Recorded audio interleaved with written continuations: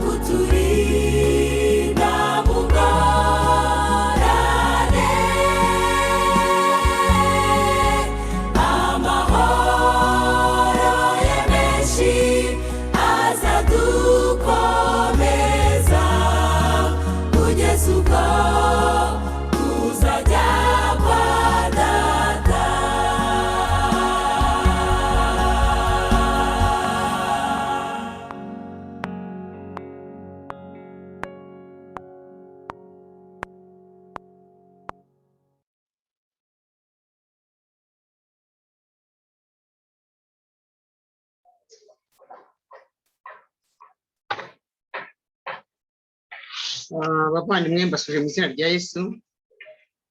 Sinzi niba munyumva neza. Okay, ndibwira ko munyumva. Isomo ngira ngo ijambo ngira ngo tuganireho.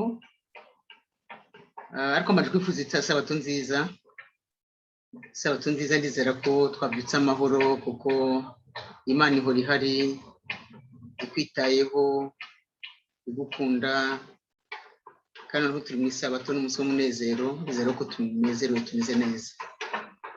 Ijambo ngira ngo tuganireho ni ijambo nise ngo va mu icumbi ry'amaganya.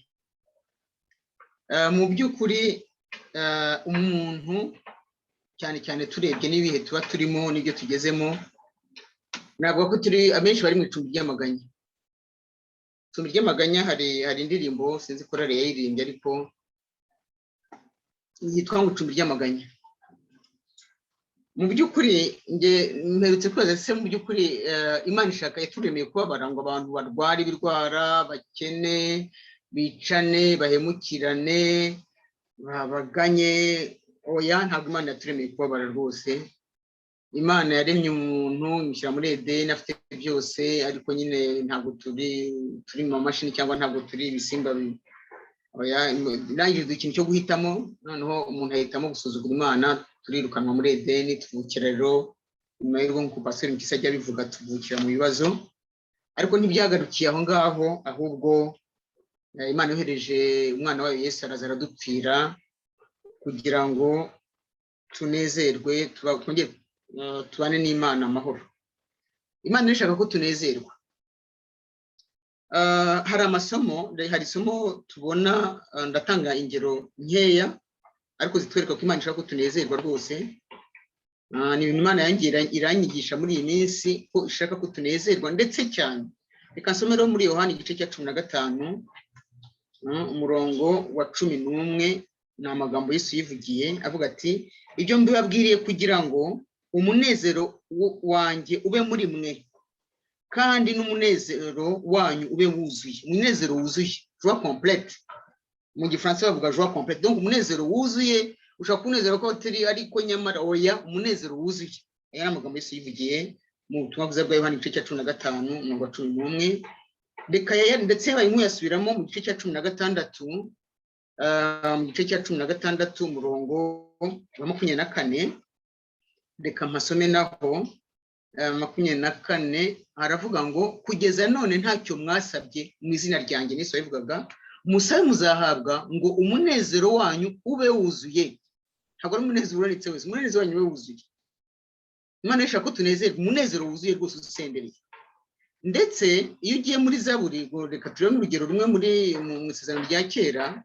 Iyo ugiye muri Zaburi ya 16 ugasoma umurongo wa 11, hari henshi bavuga ngo umunezerwe muhira, ariko reka nsome nsoma honyine 16:11 haravuga ngo uzamenyesha izina ry'ubugingo inzira, uzamenyesha inzira y'ubugingo, imbere yawe niho hari ibyishimo byuzuye. Akora ati byuzuye. Mu kuboko kwawe kw'iburyo hari ibinezeza iteka ryose. Aya magambo ndasaba Imana banoze basengera abantu barimo kunkurikira ngo dusobanukirwe n'ibintu. Kanyasubiremo rwose. Uzamenyesha inzira y'ubugingo, imbere yawe niho hari ibyishimo byuzuye. Mu kuboko kwawe kw'iburyo hari ibinezeza iteka ryose. Ntabwo ari rimwe na rimwe, si igihe ndi muzima, si igihe nezerewe, si igihe bankunze, si igihe oya, iteka ryose. Ndetse tugiye no mu reka turebe no mu ibaruwa Paulo yandikiye Abafilipi. Ibaruwa Paulo yandikiye Abafilipi ni ibaruwa yanditse yari afunzwe, yanditse ari muri gereza. Mu cyo ko Paulo nta butunzi yari afite, nta mugore yari afite ngo aza kumusura, nta bana baza kumusura, yari muri Yesu gusa nta kindi. Ariko reka turebe uko yabyanditse. Ibaruwa bayita ibaruwa y'umunezero, y'ibyishimo, ko henshi akunda kugarwa ngo nimwishime nimwishime. Hano rero 4:4 Abafilipi 4:4 twavuga mujye mwishimira mu mwami wacu iminsi yose.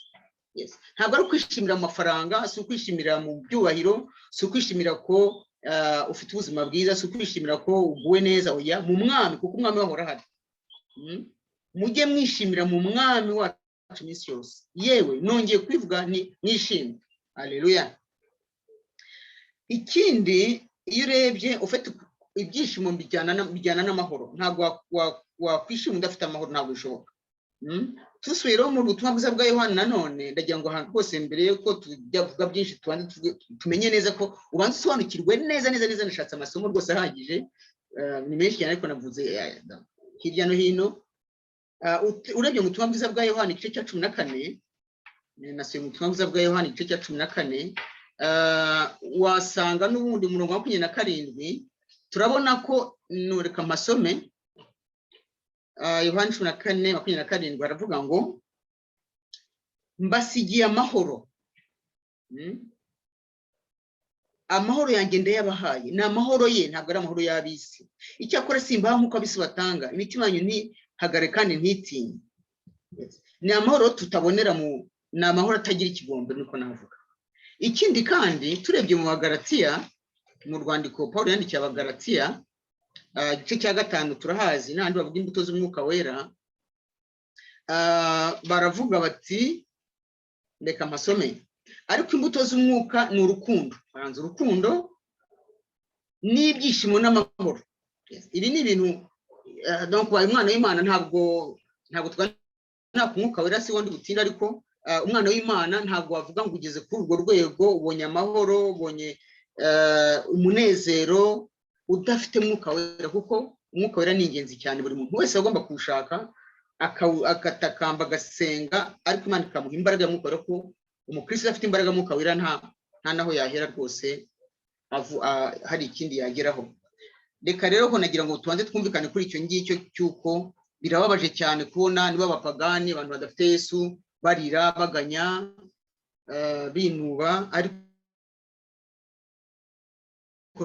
nawe ukaba ari kubayeho nakaga gakomeye ndagira nasemana kugira ngo ikibwizwa kirangire hari intambwe wateye uvuga uti nanjye rwose none burya Satani yarandigamije hari agatekerezo nasomye muri Australia byabayeho ngo hano mu byitwa Morgan wa muri Australia ngo ni umwe ufite zahabu nyinshi cyane donc nyinshi cyane ariko akaba abantu hatuye batari babizi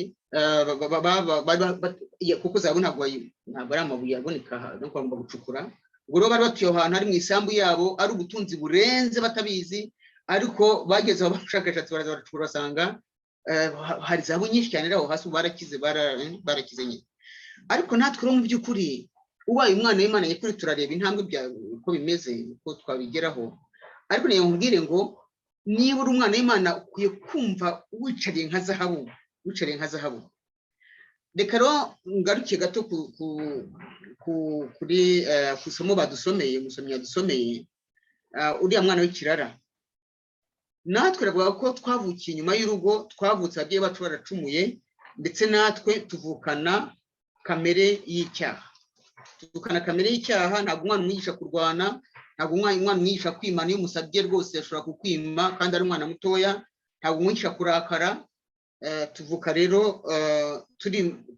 tutwarwa na Satani kamere yacu y'icyaha indimo ubwo rero reka tugaruke kuri yasomo uko navugaga ry'umwana w'ikirara turebe ukuntu byagenze umwana w'ikirara muri Luka igice cya 15 reka nihuta nsome umugani w'umwana w'ikirara ndiragerageza kwihuta rwose kandi arababwira ati hari umuntu wari ufite abahungu babiri umuherereza abwira se ati data umugabane w'ibintu unkwiriye nuko agabanya amatungo ye iminsi mike ishize umuherereze ateranya ibintu bye byose nta yashyirwa hasi aragenda ajya mu gihugu cya kure yayisha ibintu bye ubugoryi bwe rwose abimaze byose inzara nyinshi itera muri icyo gihugu atangira gukena aragenda ahakwa ku muntu wo muri icyo gihugu amwohereza mu gikingi cye kuragira ingurube yifuza guhazwa n'iby'izo ngurube zaryaga nuko ko ari Abayisiraheli ingurube deja nta ziranenwa noneho ibiryo by'ingurube mwumve ahantu yarageze ariko ntihagira ubimuha nuko yisubiramo aribwira ati abagaragu ba data ni benshi kandi bahazwa n'imitsima bakayisigaza naho nge inzara insinze hano mwene data niyo nkubwira ko ushobora kuri mu maganya nawe Satani agufata akakwihererana ukaba uri mu maganya rwose reka donc aravuga ati reka mpaguruke njye kwa data mubwire nti data nacumuye iyo mu ijuru no maso yawe ntibinkwiriye kwitwa umwana wawe mpaka nk'umugaragu wawe. Arahaguruka ajya kwa se. Haleluya. ntabwo byari byoroshye. Isoni murebe umwana yafashe ibintu byose nta na kimwe yasize, ntiyigeze ateganya iterambere rya oreya, byose ngo arabitwaye, abyayisha ubugoryi bwe. Arangije avuga ati ko byakabaye bazanseka, bazajya bancira mu maso, ariko ndemeye basitse nzaburara, abo nk'umugaragu ariko nibura abona ibyarya. Ariko itangaza, arahaguruka ajya kwa se. Nshuti yanjye, ndagira ngo muri aka kanya nkubwire ngo niba Satani agufatiye mu bubata bwe, akwereka ibitagenda, akuboheye mu byaha, akuboheye mu gahinda, kuko kutizera nabwo ukiheba nabwo ni icyaha mu by'ukuri. Yes, kutizera. Kandi twangura umukristo. Haguruka nawe ujye kwa papa. Sinzi ibyo wakoze ibyo ari byo, sinzi ibikuboshye ibyo ari byo, sinzi agahinda ufite ukakora iko. Ngenda n'uburwayi buremere simbizi. Agituruka kure, se aramubona, aramubabarira, arirukanka, aramuhobera, aramusoma. Mu ndebere namwe. Ntavuze ati cya gikora gikiragarutse, ati mbega ati cya gikora gikiragarutse. Oya. Ngo ni nkawe yahoraga araranganya amaso avuga ati umwana wanjye azaturuka hehe. Uru n'urukundo rw'Imana, urukundo tagira ikigondo, urukundo ukuri kose. Aramubona, aramuhobera, kandi yasaga nabi nyine. Yasaga nabi, yari ubugoryi bwe, ikigoryi cyaragiye. Arirukanka, aramuhobera, aramusoma. Mu ndebere namwe. Uwo mwana aramubwira ati data, atangiye kuvuga bya bindi yateguye, nacumuye iyo mu ijuru no mu maso yawe, ntibinkwiriye kwitwa umwana wawe. Ayo magambo se ntabwo yayumvise. Nayo agaciro. Yaravuga ati ngize Imana mbonye umwana wanjye. Ariko se abwira abagaragu bati mwihute, mwihute muzane vuba umwenda uruta iyindi. Ndebere namwe. Umwambike n'impeta ku rutoki n'inkweto mu birenge, muzane ikimasa kibyibushye mu kibage, tujye twishime, kuko uyu mwana wanjye yari yarapfuye none akaba azutse, yari yarazimiye none dore arabonetse. Nuko batangira kwishima. Mwene data nkubwire ngo Imana ifite urukundo igukunda, idahereye ku kiranuka, idahereye ko ugira neza, idahereye ko nta kintu na kimwe iheraho. Iragukunda gusa, nta kindi. Nta kindi rwose. Hari umugani wa Kinyarwanda bajya bavuga ngo ibyaye ikibazo irakirigata. Wajya kurigata ikintu udakunze se? Ni nka bavugaga, ni nka umubyeyi nagiye namwe murabizi, hari ababyeyi bafite umwana w'ikigoryi ngo bamubwira ngo mubeshyerere umwana. None se niba wo ukunda umwana wogushywe kandi ari ikigoryi kandi yarakunaniye, papa wo mu ijuru, ubu koko ni amagambo Yesu yivugiye agira ngo atwereke urukundo rw'Imana ko nta kigombero rugira. Hari rwose nagiye nkubwire ibyo unyuramo byose, bivuga ngo Consolate nuko atazi ibyo unyuramo niyo mpamvu avuga kuri. Oya, mu cyuko Paul yanditse rwa rwandiko ari muri gereza. Bibiri twereka abantu benshi bagiye banyura mu bintu bikomeye cyane. Mwishyira mwanya wa Dawidi umuhungu yibyariye, aramwirukanye ku butegetsi, agiye amuhiga. Mwibuke bariya bose, mwibuke Daniel mu rwobo rw'intare bamubeshye, mwibuke n'abandi benshi. Uretse nabo n'ingero za hano tuza abantu bagiye banyura mu bintu bikomeye cyane. Ariko baragira ubuntu bagahura na Yesu by'ukuri, ugasanga mu by'ukuri Imana iragukunda, avuga ati ubanze ubyishyiremo ubyitere umuti, Imana irankunda. Kuko Satani we bakwereka ibintu binyuranye n'ibyo. Hari muri iyi minsi nagize abantu benshi bampamagara, kubera hari ibiganiro byagiye binyura kuri YouTube. Noneho abantu benshi bakampamagara, bakuriye tukavugana kuri telefone, hakabaho n'abazi. Noneho hari umusore waje kundeba. Umusore waje kundeba rwose, umusore ukiri muto utaragera imyaka nka 30, ambwira ibibazo arimo, turaganira. Noneho muhana agatabo azasoma, aragatabo nanditse muri iyi minsi kitwa nk'umuzwe by'iteka, ndakamuha rwose muzagasome, hanyuma ubwo tuzakunda tuganira.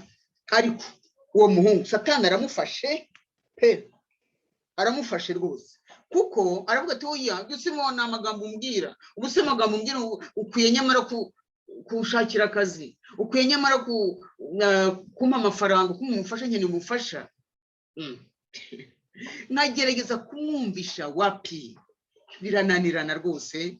Nageze ndavuga nti rero umeze nk'umuntu ukubwira Gishinwa nawe utakizi nanjye ukambwira iki cyarabu nanjye ntakizi ntabwo biranyubira nyine byageze biranyubira ubundi amusengera ariko kuvuga ngo ndagerageza byarananira Satani ajya gushyira ahantu akagushyira ahantu akakwihererana akakubwira akakungura nawe ukabyemera nyamara mu by'ukuri ushaka umwana w'Imana ukavuga nsanze papa igakwigisha kwizera ijambo rye kubwira nyashimana cyane ko Bibiliya dufite ni ibintu byanditse hari ibintu bashobora kwandika bakabihindura dore ibyo nanditse nanjye ibyo nandikaga nagendaga mpindura nkagenda bimwe bivana no ni ijambo ry'Imana ryahumetswe n'Imana riranditse mu rurimi twumva rw'Ikinyarwanda bien ntabwo Imana yibeshya ntabwo izagira ngo isinyure njya mfata Bibiliya dore isingiye wabyanditse ubwo rero wowe izera ijambo ry'Imana wewe kumva ibyo Satani akongora Satani nazabwira ati dore bakwanze dore uzamera ute dore bimeze bitya oya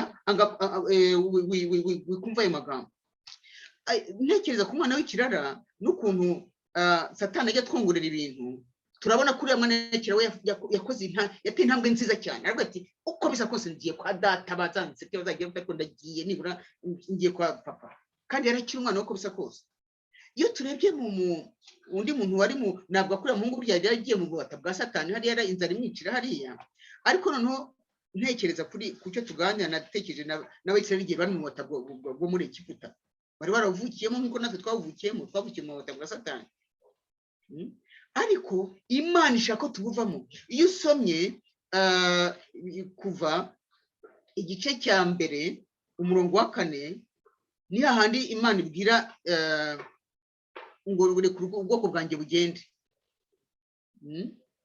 rekura ubwoko bwanjye bugende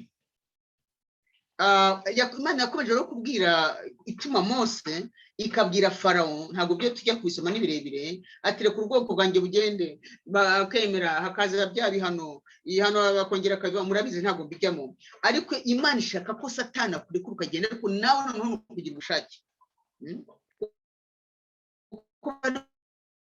ubwo bari mu bubata bufatika bwifatika nyine mu gihugu cy'amahanga Egiputa ariko mu by'umwuka natwe Satani wagufatiye mu Egiputa nyine yo mu by'umwuka nyamara icyo nakubwira cyo nuko bigeze ku gice cya 8 mu kuva gice cya 8 ni hahandi Farawo kwera ukuntu yara ashobewe donc ibihano bimaze kuba byinshi gusharira mu gice cya 21 niho yabwiye Abisirayeli Farawo ahamagaza Mose na Aroni arabwira ati nimugende mutambira Imana yanyu ibitambo muri iki gihugu hano rupfira rero ukavuga uti nasanze Yesu ndi umukristo ndi ugusabato namujyacu n'amaturo ndasenga ngira nte ariko uri muri iki gihugu nuvuga ngo imico uritwara nkuko aba muri iki gihugu bitwara nkuko apagani bitwara kuko isi muri rusange nabwo kuyoborwa na Satani niba bibi imisoro nawe uri imisoro niba bariganye nawe urariganya niba abeshye nawe urabeshye niba watanga ruswa nawe utanga ruswa reka mbabwire niba shaka uzemerwa gufunga ariko ntugatanga ruswa ni umupolisi afashe musaba imbabazi akabigira mbabarira ariko atambarira kanca amafaranga isi niyuzuye ko mfite menshi siniyuzuye ni ibyayo ariko ntabwo najya gutanga ruswa ntabwo ushobora gutanga ruswa ahariho hose ushobora gutanga ruswa ngo batanga ruswa ngo birazwe oya wowe rero reka mubwire wikwitwara nk'abo mu gihugu urimo umvira ubuyobozi bw'igihugu ntabwo uvuga ngo usuzugure iryoya ariko ya mico ya Rwanda rwose emera uyireke burundu reka tugere kuri icyo gice 28-24 noneho Farawo arababwira ati ndabareka mugende mutambe Uwiteka Imana yanyu mu butayu icyakora ntimuzajye kure cyane ni munsabire hariyo ati namwe murakabye se koko kibitwaye ikise ubu se ni muri umunyeshuri wemere ko gutsindwe kugira ngo ntiwakopera umuntu aje nakwereka se ngo ntawe yishe ntabwo wibye nugize gute usa umunyeshuri ukopeye no habwo ibyo ni ukwiba niba rero ngo taravuga ntimugakabye cyane kandi ngo mukabye oya vugisha ukuri kose kose ntabwo nimashaka abana kwica se ubundi ariko hagarara mu kuri njya ntekereza bari abahungu basadura kana bashaka na Abednego bari yarusha ko ati no reka ntacyo dufite umutima wacu tuzi ko dusenga Imana ishobora byose ariko reka dusweze nidupfukamase imbere ya kira kintu ariko tuzi mu gikore ko dupfukamira Imana yacu oya baravuga ati no ntibishoboka reka bamenye ko dufite imana mu ijuru. Baramaramaza bati ntushaka dupfe, babwira bati Nebukadinezari nushaka dupfe ntabwo tushobora gupfukamira kiriya gishushanyo. Sinzi ko ari benshi no muri twebwe twari kwemera ngo turemeye turapfe ariko twebwe gipfukamira, ntabwo none reka gipfukamira ntacyo bitwaye. Ugasanga turavangavanga amadosiye, turitwara nk'abandi, turashaka inyungu zacu. Urajya gushaka akazi ugenda ubeshye, umva nakaga. Reka rero tugere ku 10 igice cya 10 umurongo wa 9. Igice cya 10 umurongo wa 9 ubwo ndagira ngo usanze Yesu maramaje kuko Mungu yamaramaje. Ndagira ngo dusange Yesu yego dusange Imana tumaramaje, nta bindi bintu bindi maramaze. Nashaka wakwica, nashaka wagufunge, nashaka bagire 10 no umurongo wa 9 haravuga ngo Mose arasubiza ati tuzajyana n'abakiri bato. Yarababwiye ngo hazagenda abantu iki 9 tuzajyana n'abakiri bato n'abashaje, abahungu bacu n'abakobwa bacu, tujyane imikumbi yacu n'amashyo yacu, ko dukwiriye kuziririza Uwiteka Imana yacu. N'ubutunzi bwawe bujyana. Yes, n'ubutunzi bwawe bujyana. 24 niho havuga ngo Farawo arahamagaza Mose aramubwira ati nimugende mukorere Uwiteka, ariko imikumbi yanyu n'amashyo yanyu aba ari byo bisigara, abana banyu bato mujyana. Nuvuga ngo uragiye amafaranga yawe uraya Satani yacunga. Njye bijya bimbabaza cyane, babwiza ukuri. Imana yishyirira ku mutima gutabariza abantu. Siyenda singwa mbijyamo cyane, ariko namwe mujya mufite gira mutabarize yene moye nk'ikibazo umuntu ikibazo runaka gutabaza. Ariko nasanze ko nababajwe cyane ko hari abakristo ugasanga pena babwiriza n'abantu bitwa ngo n'abantu y'Imana, ariko byagira ku kibazo cy'amafaranga ngo abe yakwivanaho ifaranga afashe umuntu, kandi umwe uti dore ntabwo ari nge wisabira, ntabwo ari nge wisabira rwose, dore uko bimeze nawe, dore uko bimeze kuriya na kuriya, uriya muntu rwose. Ariko akavuga mbese ugasanga biragoye, nkavuga nti se ko tuzi ko Yesu agiye kugaruka, ayo mafaranga azasanga ifaranga birunze hari bizu biri hariya biragerekeranye, imodoka ngiriya byarukururana. Koko simva ngo tugurishe ibyacu byose tugire gute, nk'aho nabo ngo yaraje tugurishe byose turike byose, ariko nibura ngira akantu wivanaho ufashe umuntu. Ubutunzi bwawe nushaka ubanza usenga wazimantse umuhe iki, kuko abakene bo ni benshi ko ntabwo twabarangiza. Ariko nababwiza kuri wamaramaje gukurikira Yesu, Imana irakuyobora ukamenya aho ugasenga, Imana ikakubwira icyo ukora n'icyo utakora. Babwiza ukuri. Ariko usanga twarasanze se ko imikumbi yacu n'amashyo yacu byarasigaye hari, amafaranga yacu yarasigaye hari, Satani yatwara. Kandi reka mbabwire inshuti zanjye nabaho ubuhamya bwinshi cyane. Iyo ugiye mu by'Imana ntuwibwire ngo ngewe reka nibikire gutya. Ntabwo ndwanya kubika ababika Imana bamugisha pe, ntabwo ndwanya ababika Imana bamugisha. Ariko iyo ndakubwira iyo ubibye umurimo w'Imana, Imana igukubira inshuro, igusubiza inshuro nyinshi, kandi ntacyo ushobora kuyiburana, ntacyo ushobora kuyiburana rwose. 17 z'ukwa munani ejo bundi hashize ibyumweru 2 buriya. 17 z'ukwa munani nta byumweru 2 birashize, yera ibyumweru 2 buriya. Nari nkeneye amafaranga umuntu ajyanye kwa muganga, kandi akeneye amafaranga yo miti no kuniki byose nari. Ariko datangara cyane, ndi muri nyuze muri bank form muzuzaga, umuntu aza mperi 100,000. Ngo umuntu nagize gutabara ampereza 100,000. Ansaye baza ati rwose narasezeranye n'umuntu twatabarizaga. Ndatangara cyane, ngo ibyo byari byararangiye, ariko yafashe gukemura ikibazo nayo cyemuwe umunsi nabukeye bwa 10 ndatanga umuntu cash. Nta kibano uzayiburana, ntacyo ushobora kwiburana. Isi niyize n'ibyane ko n'abantu nabaye niko atubwira mu Zaburi 24:1. Isi niyize n'ibyo Uwiteka. Uye maramazu ucike Satani usange Yesu maramaje, kuko Mungu yahagurutsa atubibuko byakabaye, nawe haguruka uko byakabaye. N'ubutunzi bwawe hariya kuri 26 igice cya 10:26 niho avuga ngo n'amatungo yacu tuzajyana, ntihazasigara n'urwara, kuko ariyo tuzaba dukwiriye kwendaho. Yes, wigira icyo usigira Satani habe n'urwara. Maramaze kurikire Yesu, noneho kuko yaragukunze. Ndagaruka umwana w'ikirara aragukunda, aragutegereje. Ariko ngwino wese wa mwana mu gihe ise yarakiri mu byaha atarasaba n'imbabazi, yabonye yapfuye kubona atungutse gusa, ahita amubabarira, ahita amukunda. Dusomye mu Baroma igice cya 5 nta nkunda cyane abari mu gice cya 5 bajyanye n'ibyo ngibyo umurongo wa 7 kugera kwa 9 ariko amasome donc turi abanyabyaha Yesu yadupfire tukiri abanyabyaha Reka masomo 5 kugera ku 9 haravuga ngo birakomeye kugira ngo umuntu apfire umukiranutsi nkanswe umunyabyaha icyakora hari byashoka ko umuntu yatiyuka gupfira umunyangeso nziza ariko Imana yerekanye urukundo rwayo idukunda ubwo Kristo yadupfiraga tukiri abanyabyaha ndagira nkubwire ko yenda uri mu busambanyi yenda uri mu bujura yenda uri mu nzangano yenda uri mu matiku sinzi birimo ariko Yesu aragukunda musanga ukomeze Kristo yadupfiraga tukiri abanyabyaha nkanswe none ubwo tumaze gutsindishirizwa n'amaraso ye ntituzarushaho gukizwa umujinya w'Imana nawe yes na Yesu nimuzadukiza ubwo twunzwe n'Imana kubw'urupfu rw'umwana wayo wadupfiriye tukiri abanzi bayo none ubwo tumaze kungwa nayo ntituzarushaho gukizwa kubw'ubugingo bwe reka dukomeze rero shika rero satani umaramaze usange Yesu ntabwo rero nubwo Yesu yapfiriye abantu bose mu by'ukuri ntabwo afata atera gatarina ntaza ngo agutegeke gukira ingufu ahubwo arakubaza ati mwana wanjye wansanga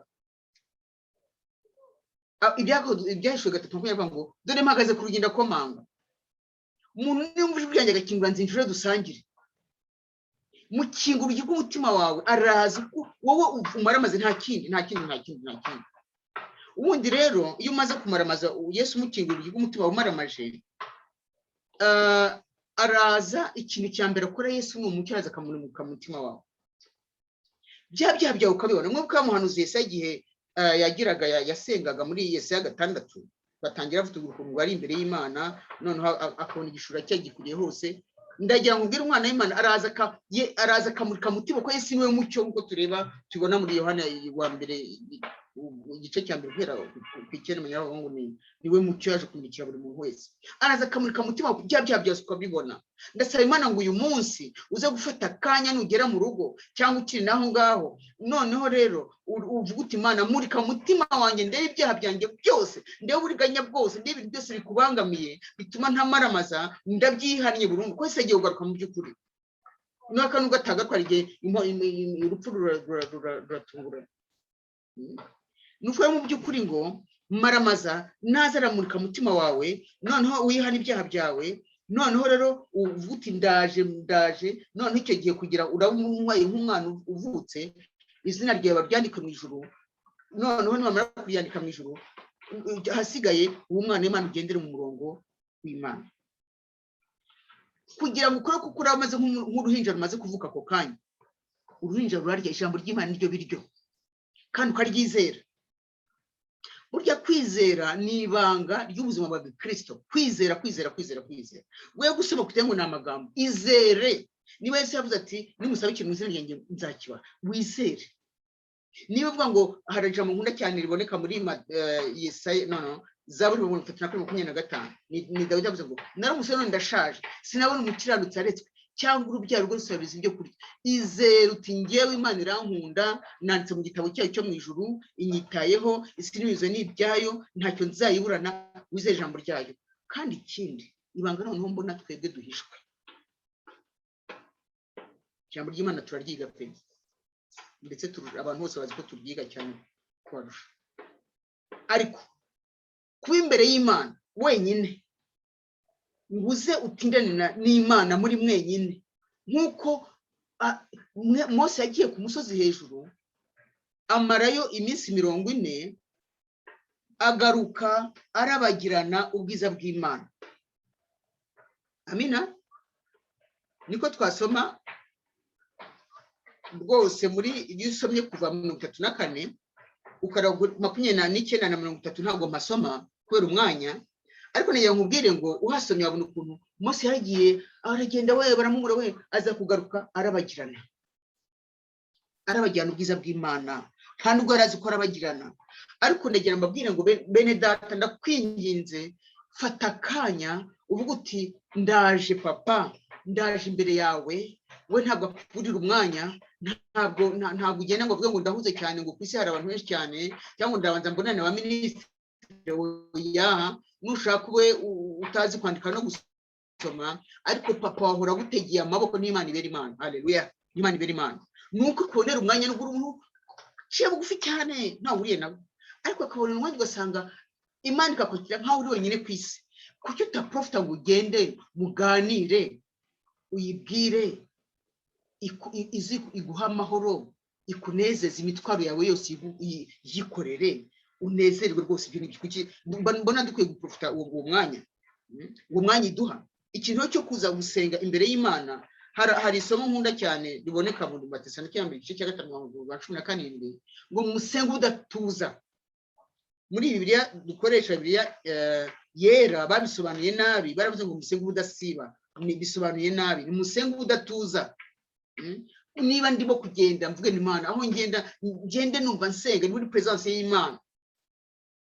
Njye numva Imana turi kumwe. Niba ntetse, niba ngenda n'amaguru, niba noza amasahane, niba ndi mu biro, niba ngira gute, Imana numve turi kumwe mbe muri presence y'Imana. Na hantu haryoshye cyane. Kandi reka mbabwire mukuru wo mwitozo muzabona ko ibintu mu buzima bwanyu buhinduka. Ngenda murabizi mu kiruhuko cy'izabukuru guhera mu kwa 18 nuvuga ngo mfite umwanya uhagije wo gusenga kurenza ubona rifite mbere no kwimbere y'Imana. Nubwo narasengaga ariko ubu navuga ko mfite umwanya uhagije. Ariko nayo mabwire ngo baho guhamya hano ko umenya bahagiye gushira nk'imyaka 2 kese ndebye muri agenda yanjye, ariko sigendira ngo ndasogongera ijuru. Suko ntari mu isi nkuko namwe muyirimo, ariko numva Imana inezeza cyane ikanezeza cyane. Ubu ngubu sige numva nta kintu na kimwe ndabyatura nkahagarara nkabivuga nemye ko nta kintu nzemerera na kimwe ko kizaza ngo kimpungabanye. Kuko iyo ngiye imbere y'Imana ndagenda icyaba cyareba kiremere cyose kikoroha. Kandi kugenda wegera Imana nako utaranahangayika iba yabyorera. Ntabwo biza ngo bikugere nkuko byakugeraga. Oya, mbere hari ikibazo cyazaga kikabaza kikankubita koko yenda nkaza ngo ndabahuhamya nkaza kuza imbere y'Imana nkaza kugira amahoro cyangwa kikaza ukagabanuka koko. Ariko noneho nta nubwo nta kikiza ngo kintungabanye ngo oya, ntabwo ni impamvu pe. Sigaye numva sinzi ukuntu meze nkumva, ariko biraterwa n'ikibanga n'irihe. Ibanga nuko nsigaye ngira umwanya uhagije wo imbere y'Imana twenyine. Nushaka ugabanya umwanya wo kureba amakuru cyangwa kureba sinzi ibyo urebye ari byo, kuko abantu kenshi bari ku matelefoni bagira gute. Njye hari ibintu sigaye nta mwanya mbibonera pe. Navuze umunsi Yesu yaje nzabimenya n'ibiki byose. Ariko banza uvuti se aho nkura umugisha bifitiye akamaro kurenza ibindi ni ibihe. Nabigeze kubwiriza nitikisho ngo tubivuga ngo ivange mu byayo nayo ivange mu byawe. Kuko numara umwanya uri imbere y'Imana irakuyobora. Hari umugisha myinshi cyane.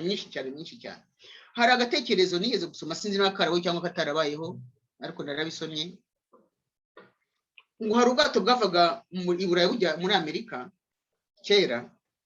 Noneho umuntu aravuga ati naritegura nyine, aravuga ati n'urugendo rurerure sinzi amezi byamaraga ni kera. Noneho agura utuntu twa bois de conserve ibiryo byo mu dukopo twa biscuit tunazagenda arya. Avuga ati muri restaurant haba hari restaurant mu bwato, arazi ko restaurant ihari atariko ati buriya biba bihenze reka nzitwaza ibyanjye nzajya nirira. Noneho kuko aragenda aragura ibyo bintu bizajya bika wenda n'utunyobwa n'utusimbizi. Noneho rero ibintu bizakuzashira abantu batangira kubona atangira nanuka.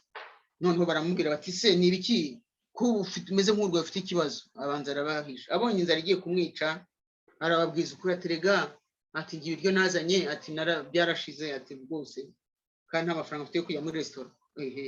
Ntabwo ati se ntabwo uzi ko muri tike se ntwayishyuye ati narayishyuye. None se ntuzi ko tike wishyuye n'ibiryo birimo? Ati arumirwa. Muri tike ye yari afite uburenganzira bwo kurya ibyo ashatse byose biri mu bwato nk'abandi bose barya. Natwe rero iwaye umwana w'Imana hari igihe Satani aza akakuriganya ntumenye ko imigisha y'Imana ari imigisha yawe. ntumenye ko amahoro ufite uburenganzira ku mahoro 100%, ku munezero, ku migisha yose Imana itanga, ariko ntabwo ubyizera. Ntabwo ubyizera. Ni akaga rero, ni akaga kuko birababaje cyane kuvuga ngo umwana w'Imana ariko uracyahangayitse, urakiheba, urakibaza ngo ejo nzamera nte, kandi nyamara Imana igufite, kandi nyamara Imana igukunda, kandi nyamara Imana igufitiye byose. Muramaze rero musange, noneho rero urabagirana ubwiza bw'Imana, yamigisha yose kugereho.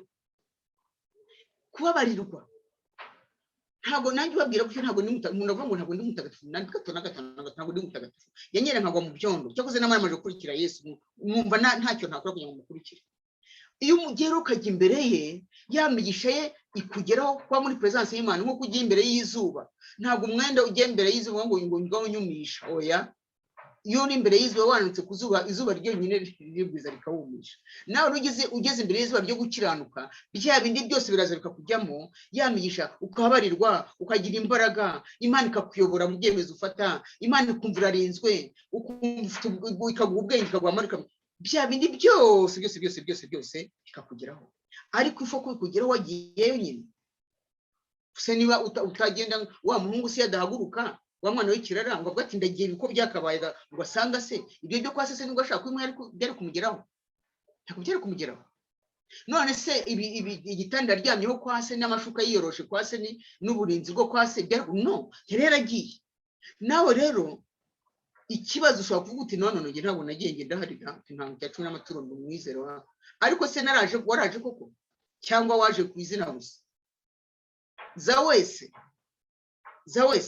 yamigisha yose kugereho. Naho Satani arakuriganya akakwereka ibintu gusa. Ntukemere ko Satani akwereka ibintu gusa, ahubwo ujye umaramaza, noneho rero urebe ibyiza. Nge ntabwo mukundira gute, reka mbabwire. Ntaretse gutekereza kuri uriya mugabo, hari igihe njya mburiza nkamuvugaho, uriya mugabo witwa buri 6 Nick, utaravukanye amaguru n'amaboko. Ari umwana yashatse kwiyahura, ariko Imana iza kumugirira neza, ahura na Yesu. Ubu ni umuntu w'igihangange ku isi, niko navuga.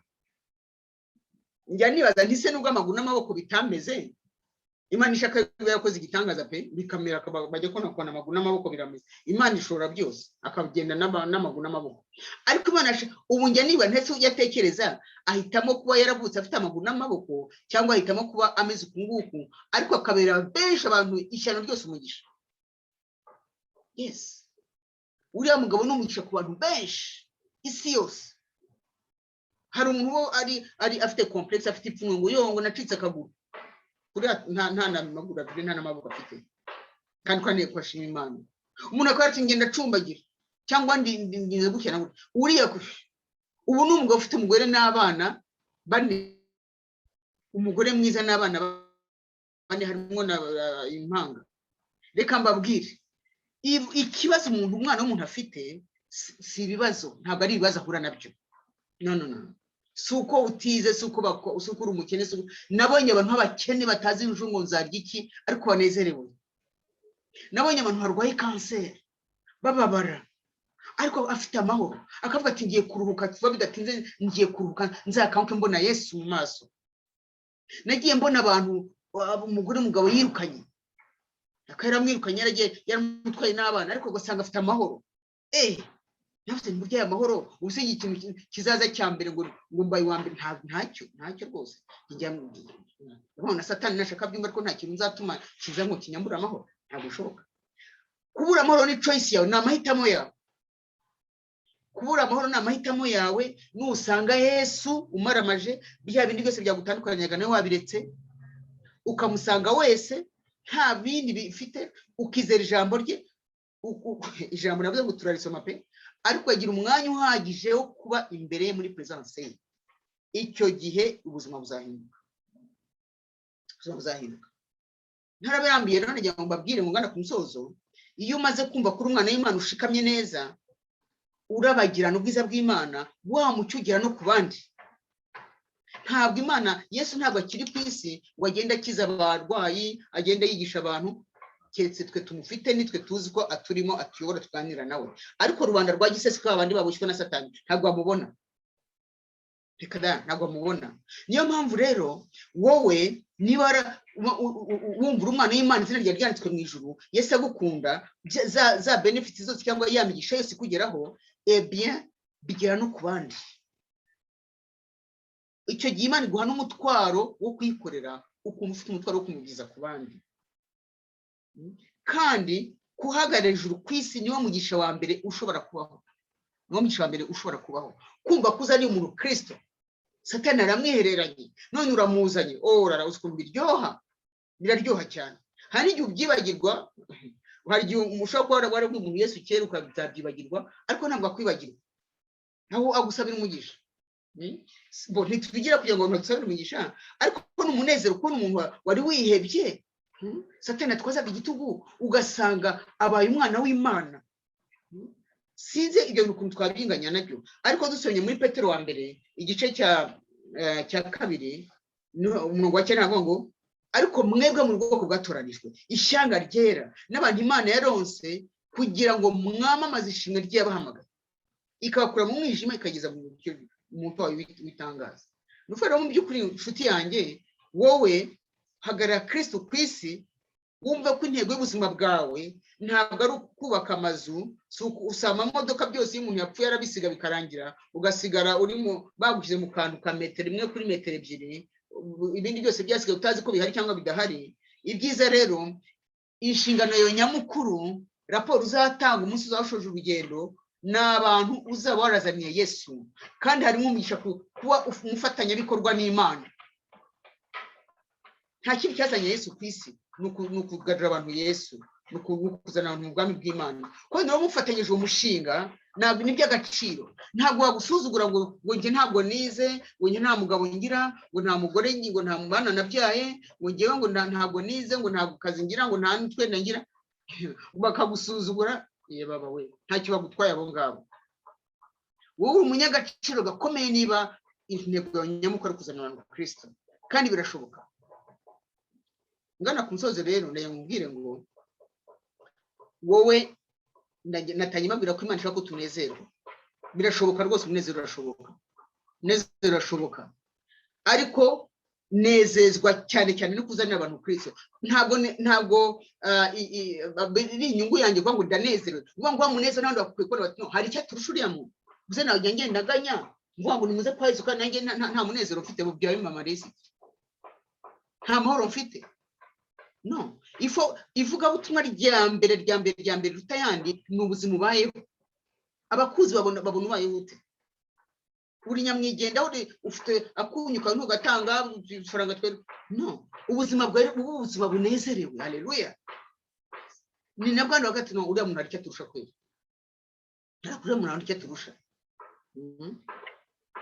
mperutse kujya ahantu no kuzamuka amabaraza ahantu hari umusecurity yarambira ngo mukecuru tunezerewe yamanda natanga n'umuntu umusecurity abonye ko neze ntacyo tuvuganye ndumva nezerewe ndafana Imana ishimwe ko numva nezerewe numva umunezero ari mwinshi cyane mfite umunezero mwinshi cyane numva rwose hari igihe bindenga njya mu cyumba nkabyina nkarira ariko nazizwa naganizwa n'umunezero yuko Imana turi kumwe yuko yanyakiriye yuko indeba ko inkasubiza amaso nkareba ibyiza yankore ni byinshi cyane sinabona uko mbirondora nzi ko n'ahazaza haryoshye muramvuga ngo ahazaza hanjye hararyoshye cyane ko Imana izahora ihari nta ndemwe nzagenda ngo ngibure nta uzaca inyuma ngo duteranye n'ibintu biryoshye baba we abatabizicwa no kutamenya none rero nsoza reka nsome abakorosi igice cya 5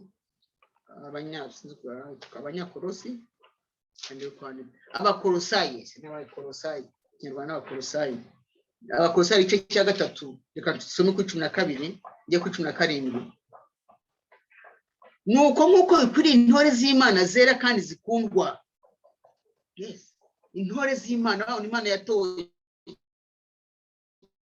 ntabwo ari bya predestination ngo harabe oya iyo mwemereye nyine yaragutoye twese ariko harabemera abikiriza ibyo hamagarwa abandi bariki zera kandi zikundwa Imana yadukunda cyane mwambara umutima w'imbabazi haleluya ugira urukundo n'imbazi n'ineza no kwicisha bugufi. Bene tatereka mabwire, satani ntabwo mu ijuru yasambanye ntiyicanye ntiyibye, yishyize hejuru. Umukristo cyangwa umukristo ni uguca bugufi.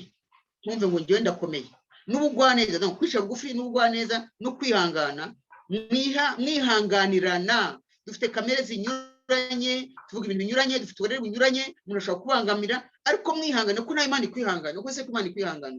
Mwihanganirana kandi mubabarirana ibyaha uko umuntu agize icyo apfa n'undi. Nk'uko umwami wacu yababariye, aba ariko namwe mubabarirana. Ushobora kuri hano hari umuntu waguhemukiye, uti n'Imana yabizi sinamubabarira, yewe ni kazi kawe, urihombera. Niwe wibitsemo inzika, urihombera. Ariko namwe mubabarirana.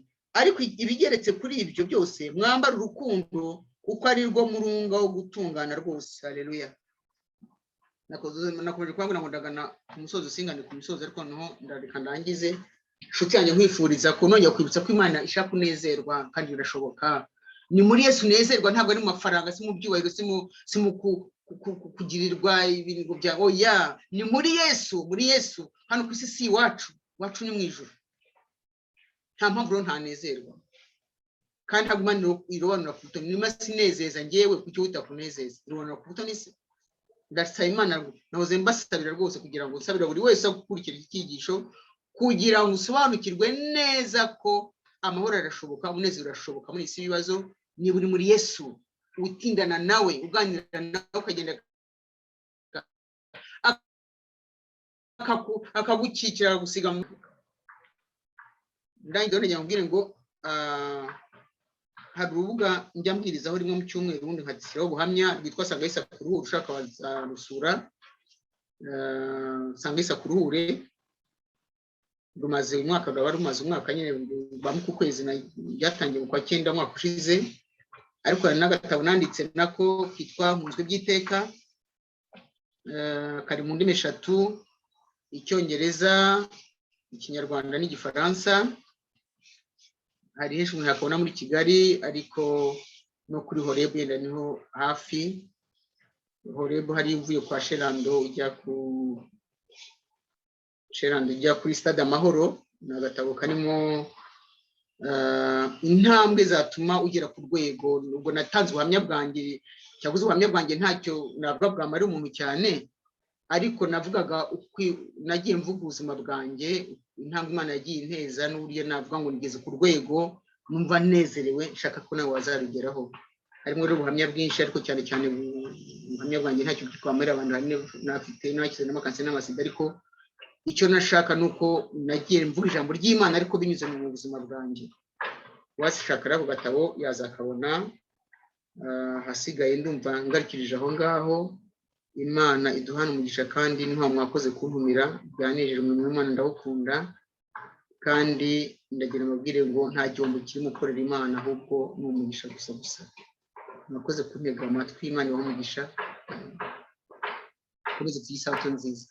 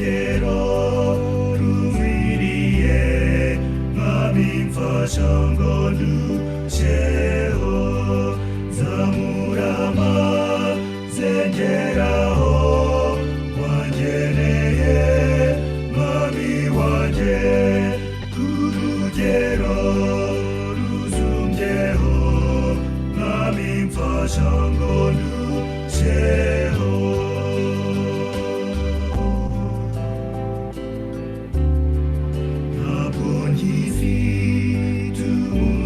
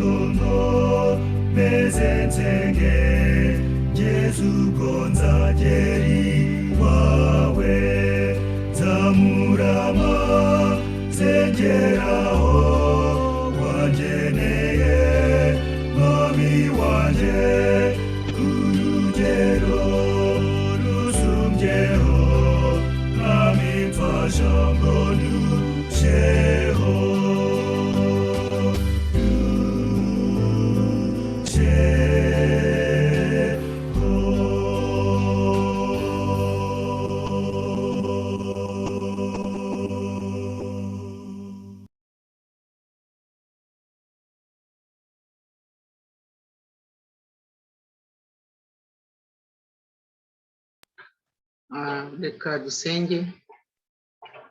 Nyagura ku ngoma Mana ishobora byose, uri Imana nziza itwitaho iduha amahoro. Mana tugushimiye ko waduhaye ijambo ryawe, ijambo ryawe rihumuriza, ijambo ryawe rituyobora, ijambo ryawe riduha imbaraga, ijambo ryawe ridahinduka kuko tuzi ko ryavuzwe nawe Imana itivuguruza. Mana ndasabira buri wese kugira ngo aryizere nk'ijambo koko rifite imbaraga kandi ryo kwizerwa. Ndasabira buri wese kugira ngo atere intambwe rwose, ibyo yaba anyuramo byose amenye ko wabimusangamo. Mana ukamuha amahoro mvajuru, ukamuha umunezero mvajuru, uko bisa kose ibyaha nibyo bitwambura amahoro, ariko tugusanze tumaramaje uduha amahoro uko bisa kose. Twarabibonye rwose, amahoro arashoboka muri iyi si y'ibibazo. Niyo nsabira buri wese Mana, kandi n'abayobozi b'itorero baho umugisha, n'abayobozi b'intara n'itorero muri rusange. Mana turabisabiye kugira ngo udusukire mwuka wera, dusukire mwuka wera. Kandi papa, buri wese agira umutwaro usabira mwuka wera ku itorero, abanze yisabire mwuka wera, asabire n'itorero mwuka wera, kugira ngo tujye tuvuga ijambo ryawe dufite imbaraga, tujye tuvuga ijambo ryawe dukiranuka, kugira ngo n'abatwumva n'abatubona babone ko hari icyo twabonye kidasanzwe. Komeza rero bane natwe muri umunsi w'ikiruhuko w'isabato, tubisabye mu izina rya Yesu, amen.